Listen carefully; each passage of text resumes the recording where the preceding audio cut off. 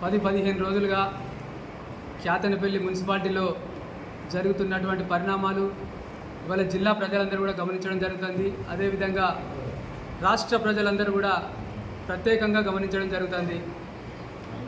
ఇక్కడ క్యాతనపల్లిలో ఉన్నటువంటి పరిస్థితి ఏదైతే 14 మంది కౌన్సిలర్స్ గెలిచి ఉన్నప్పటికీ కూడా ఇవాళ కేవలం 7 గెలిచినటువంటి కాంగ్రెస్ పార్టీ, దానికి సంబంధించినటువంటి నాయకులు, మంత్రి, ఒక ఎంపీ ఇవాళ ఇక్కడ రాజకీయం చేస్తూ ఆ యొక్క చైర్మన్ సీటును కైవసం చేసుకున్న ఉద్దేశంతో ఇవాళ గత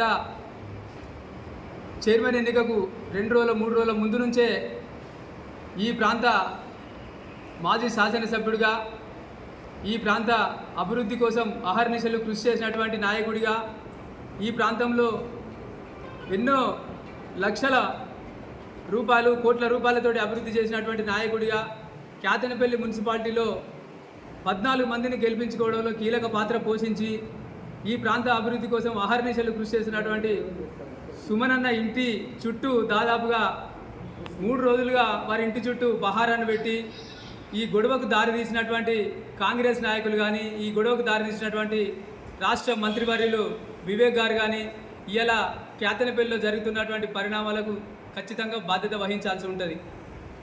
ఇంకొక విషయం, ఏదైతే ఇక్కడ ఉన్నటువంటి రాజకీయ, మరి వాళ్ళని ఏమనాలనో తెలియదు, రాజకీయ బిచ్చగాళ్ళ లేకుంటే లుచ్చగాళ్ళ వాళ్ళు. మరి ఇలా సుమనన్న గురించి, ఆయన ఒక తెలంగాణ ఉద్యమకారుడు, ఒక పేదింటి బిడ్డ, ఒక దళిత వజ్రం, అట్లాంటి నాయకుడు ఈ ప్రాంతానికి ఎమ్మెల్యేగా పనిచేసిండు, ఈ ప్రాంతానికి ఎంపీగా పనిచేసిండు, ఈ ప్రాంతంలో విప్పుగా పనిచేసి ఇవాళ ఒక మారుమూల నియోజకవర్గమైనటువంటి చెన్నూరు నియోజకవర్గాన్ని ఇవాళ రాష్ట్రంలోనే ఒక మంచి స్థాయికి తీసుకొచ్చి ఇవాళ మారుమూల గ్రామాలకు సైతం అభివృద్ధి చేసినటువంటి గొప్ప మనసున్నటువంటి నాయకుడు ఈ ప్రాంతానికి వచ్చి ఇవాళ ఇంత పెద్ద ఎత్తున చేస్తుంటే ఇక్కడున్నటువంటి కొంతమంది నాయకులు వాళ్ళు గో బ్యాక్ బాల్క సుమన్, లేకుంటే నువ్వు మెట్టిపల్లికి పోవాలి, లేకుంటే నువ్వు ఎక్కడికో వెళ్ళిపోవాలి, అది ఇది అని చెప్పని మాట్లాడుతుండ్రు.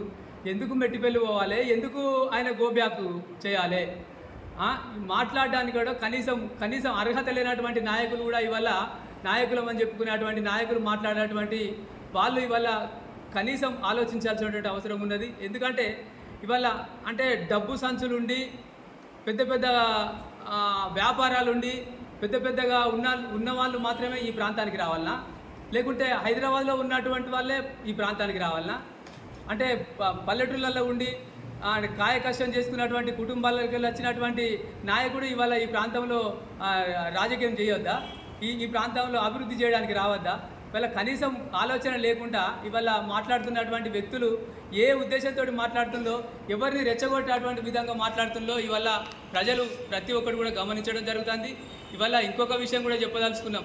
14 మంది స్పష్టమైన మెజారిటీ ఉండగా ఇవాళ మంత్రి గారు ఆ ఓటు ఆయనకు అసలు అక్కడ అవసరమే లేదు, ఏది కౌన్సిల్లో అవసరం లేనటువంటి వ్యక్తి ఇవాళ వచ్చి అక్కడికి వచ్చి ప్రత్యేకంగా గొడవకు దారితీసినటువంటి ముఖ్యమైనటువంటి కారకుడు ఎవరైనా ఉన్నారంటే అది ఖచ్చితంగా ఈ రాష్ట్ర మంత్రిగా ఉన్నటువంటి ఈ నియోజకవర్గ ఎమ్మెల్యే వివేక్. ఎందుకంటే ఆయన ఓటు అసలు అవసరమే లేదు, ఆయన ఓటు కానీ ఆయన కొడుకు ఓటు కానీ ఏమాత్రం కూడా అవసరం లేదు. పూర్తి స్థాయిలో మెజారిటీ ఉన్నటువంటి పార్టీ ఇవాళ సిపిఐ పార్టీ, బీఆర్ఎస్ పార్టీ.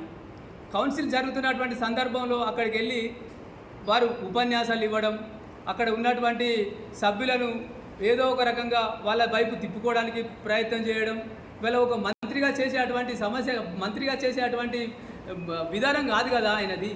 అట్లాంటి వ్యక్తి ఇవాళ ఇక్కడ ఈ ప్రాంతంలో గొడవలు చేయడానికి ముఖ్య కారణము ఎవరైనా ఉన్నారంటే అది ఖచ్చితంగా కూడా మంత్రి అని చెప్పి తెలియజేస్తున్నాం.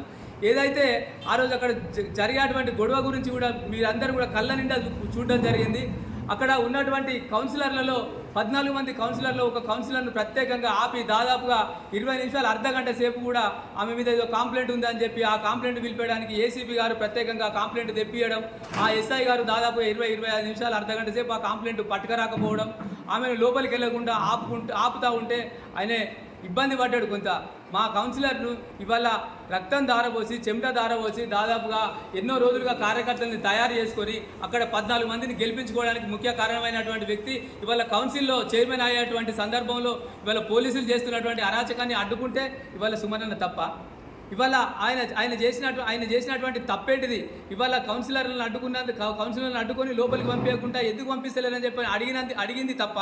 ఇవాళ అక్కడ దాదాపుగా గంట సేపు ఆ పోలీసులు ఆ రోడ్డు మీద ఆపడం జరిగింది.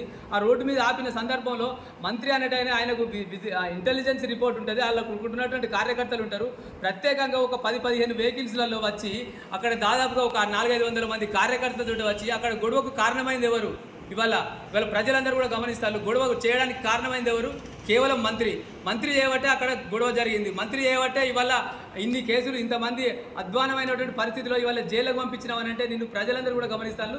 నువ్వు చేసేటువంటి అరాచకాలు ఇవాళ ప్రజలందరూ ప్రతి ఒక్కటి ఇవాళ నువ్వు ఎమ్మెల్యే అవడం చేత నీ నిజస్వరూపం ఏంటిదో ఇవాళ నియోజకవర్గ ప్రజలందరికీ కూడా ఖచ్చితంగా కనబడుతుంది.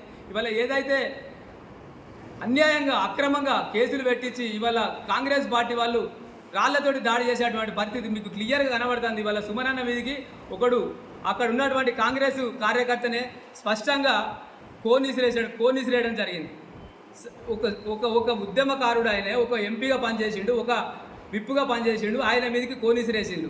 అయినా కూడా ఆయన ఓపికతోటి ఉండి కనీసం కూడా ఏమాత్రం కూడా ఎవరిని రెచ్చగొట్టకుండా అందరినీ తీసుకుపోవాలనే ఉద్దేశంతో అక్కడ ఉన్నటువంటి కార్యకర్తలందరినీ, అక్కడ ఉన్నటువంటి నాయకులందరినీ పక్కకు తీసుకోవాలనేటువంటి సందర్భంలో ఆయన మీదకే కోనిసిరేసి ఆయన మీదనే దాడి చేస్తుంటే ఆత్మరక్షణ కోసం పోరాడితే ఆయన మీద ఇవాళ దేశద్రోహం చేసినటువంటి కేసులు పెట్టి ఇవాళ దాదాపుగా 20-30 మంది మీద కేసులు పెట్టి లోపలికి పంపించడం, నాన్ బెయిలబుల్ కేసులు పెట్టడం.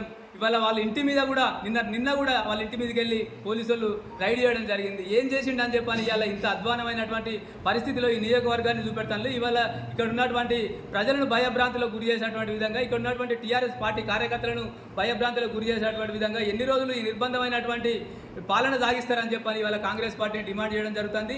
ఇవాళ ఎవ్వరు కూడా చెప్పుదానం ఖచ్చితంగా కూడా ఎవరైతే కారకులైనలో వాళ్ళందరూ కూడా కేసులు పెట్టాలి. ప్రతి ఒక్కటి కూడా ఇవాళ కాంగ్రెస్ వాళ్ళు ఎవరెవరు చేసిందో వాళ్ళ పేర్లతో సహా మా దగ్గర ఉన్నాయి, వీడియోస్తో సహా మా దగ్గర ఉన్నాయి. ఎందుకు వాళ్ళ మీద కేసులు పెడతలేరో చెప్పాలి. ఇవాళ పోలీసు డిపార్ట్మెంట్ ఏదైతున్నదో ఇవాళ డిపార్ట్మెంట్ ఒక్కరికే సొత్తుగా వ్యవహరించడం, ఒక అధికార పార్టీకి తొత్తుగా వ్యవహరించడం అనేది చాలా సిగ్గుచేటైనటువంటి విషయం. ఇప్పటికే ఇలా రాష్ట్ర ప్రజలందరూ కూడా మిమ్మల్ని గమనిస్తూ ఉన్నారు. ఇవాళ కేవలం మీరు చేసేది కేవలం ఒక మంత్రికి ఊడిగం చేసేటువంటి విధంగా, ఇవాళ కాంగ్రెస్ పార్టీకి ఊడిగం చేసేటువంటి విధంగా, ఇక రేవంత్ రెడ్డి ప్రభుత్వానికి ఊడిగం చేసేటువంటి విధంగా పనిచేస్తున్నటువంటి పోలీసులను ప్రజలందరూ కూడా గమనిస్తారు. ఖచ్చితంగా కూడా ఈ అతి తక్కువ రోజుల్లో తొందరగా ఇక్కడ ఉన్నటువంటి ప్రజలు ఇబ్బంది పడుతున్నారు కాబట్టి ఖచ్చితంగా ఏదైతే మున్సిపల్ ఉంటుందో ఆ మున్సిపల్ ఎన్నిక పారదర్శకంగా జరిపించి ఎలక్షన్స్ పెట్టిస్తేనే మంత్రి గారు మీ గౌరవం ఉంటుంది. లేకుంటే ఇప్పటికే మీరు మీ గౌరవాన్ని పూర్తి స్థాయిలో కోల్పోవడం జరిగింది. ఇప్పటికి కూడా ఇంకా మీరు దిగజారేటువంటి పరిస్థితికి రావద్దని చెప్పి కూడా కోరుకుంటూ అతి తొందరలోనే మున్సిపాలిటీ ఎలక్షన్స్ పెట్టించి చైర్మన్ ఎన్నిక పెట్టించి ఈ పరిపాలన సజావుగా జాగేటట్టు చూడాలని చెప్పి కోరుతూ ఇకనే ఆపేసి ఎవరినైతే అరెస్ట్ చేసిందో నాన్ బెయిలబుల్ వారెంట్ చేసి అరెస్ట్ చేసిందో వాళ్ళందరినీ కూడా విడిచిపెట్టాలని చెప్పి కూడా డిమాండ్ చేస్తారు.